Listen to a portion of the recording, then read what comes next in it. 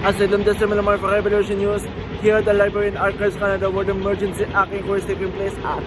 Folks, yesterday I got the chance to have an interview with Brigitte Belton and hear her side of the story.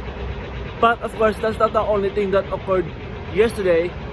Well, basically, yesterday I also got the chance to hear another side of the story of one of the protesters who was arrested during the Freedom Convoy protest when the Emergency Act was invoked by Prime Minister Justin Trudeau.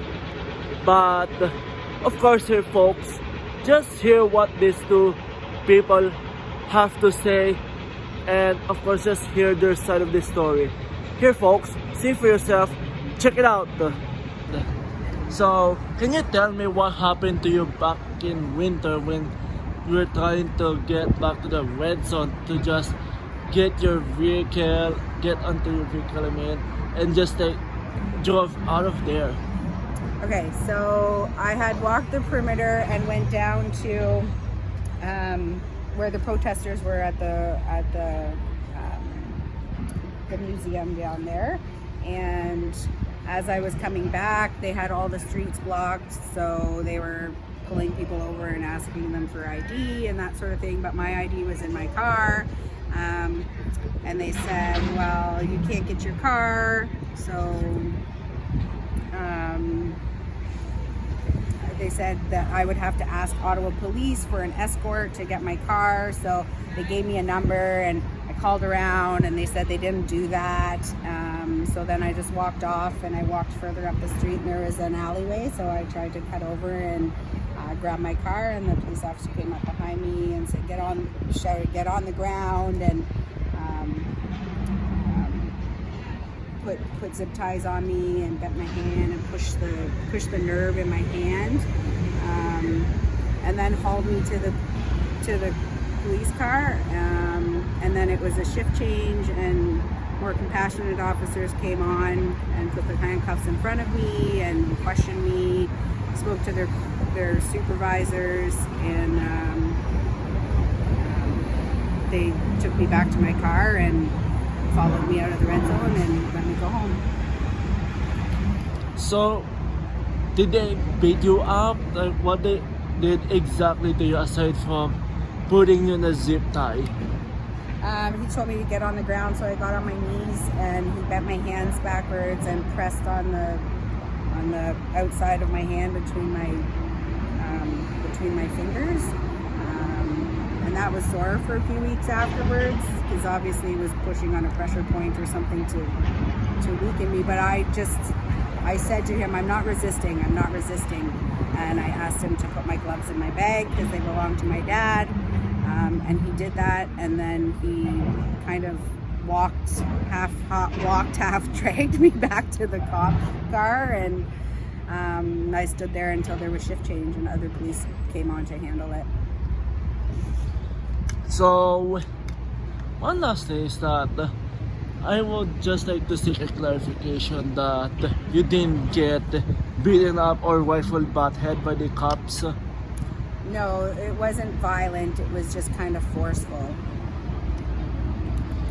Alright, so what do you plan to do with those officers who put you in a zip tie and arrested you for trying to get to your car? Nothing I can do, really. I don't know who they were. So in other words, you don't get their names and their badge? No, he rifled it off really quick before he left, and I don't remember what it was. Fair. Folks, I'm here with Brigitte Belton. So, first of all, Miss Belton, what do you say to the fact that Prime Minister Justin Trudeau chose to ignore the reports of the negotiation between the police and the protesters, but instead just went on and invoked the Emergency Act? Well, I think that was the cowardly way to handle it. I mean, we're hardworking Canadians. All he had to do was come and talk to us.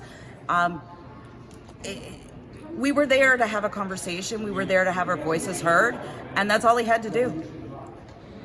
And Public Safety Minister Marco Mendicino says that the Emergency Act was perfectly and necessarily to be invoked so that all our residents can go back to their regular life. Well, had they not stopped us from honking horns, stopped us from fueling, and threatened to take our insurance, our driver's license, and our money, we may have left voluntarily. A lot of the things that they did prevented us from leaving.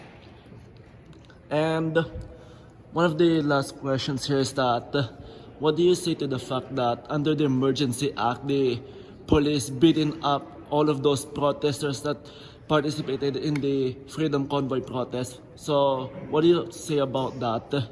I hope at some point they understand what they did was wrong. They need to realize that one day that could be their sons, their daughters, their mothers, their wives, their sisters, their brothers fighting for their rights, and that could happen. I hope they find peace in what they did. And one lastly here, Miss Belton. That's two, you know. You said one last. That's okay. I'll give you another one. All right. So, Miss Belton, one lastly here, very last, is that what do you say to the fact that Prime Minister Justin Trudeau chose to segregate people just based on their vaccination status? And you even said on your testimony today that you're being forced to make a choice between putting food on the table or losing your job. So, what's your message to the Prime Minister? Stop the drama. Let's get back to work and let's get back to the Canada that I grew up in and I love. So, there you have it there, folks. You can just see it right over there that these two ladies shared their side of the story. But obviously, the story was just too painful to hear, to be honest with you here, folks. As of course, you've seen with other protesters and participants in the Freedom Convoy protest who was beaten up and arrested by the cops, including Kyle Vincent Boisile, who I had a chance to ask what exactly happened to him back in winter, and of course what exactly he wants to happen with OPS Superintendent Robert Pernier. But of course here, folks, basically you can just see it from there how these stories are being told by these people, and of course you can just see also how they're being affected by the brutality of the federal government when Prime Minister Justin Trudeau decided to invoke the Emergency Act, which is totally despicable. For Revolution News, I'm Justin Miramar. Folks, if you want to be kept up to date on what's happening at the Emergency Act inquiry, including my live tweets and some clips and highlights that occurring at the Emergency Act inquiry, by heading over to revolutionnews.ca/Emergency Act Commission. That's revolutionnews.ca/Emergency Act Commission. And of course here, folks, while you're there, please head over to donorbox.org/Emergency Act Commission. That's donorbox.org/Emergency Act Commission. And of course here, folks, if you could chip in a buck or two, that will be greatly appreciated, as it will help me cover my travel expenses, including my expenses on food, as bringing you these stories doesn't come for free. Thank you so much.